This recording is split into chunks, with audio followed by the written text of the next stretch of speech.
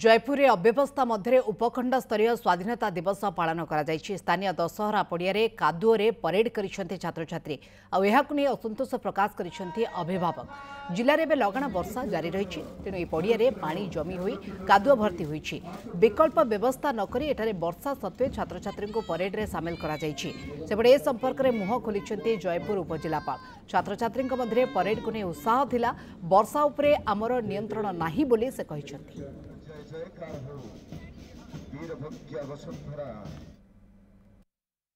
आज उपखंड स्तरीय अनासीतम स्वाधीनता दिवस आम पालन करुचु मते बहुत खुशी लगुच कि एते वर्षा रे भी समस्त पिला माने जयपुरवासी आसिकी देखिथिले और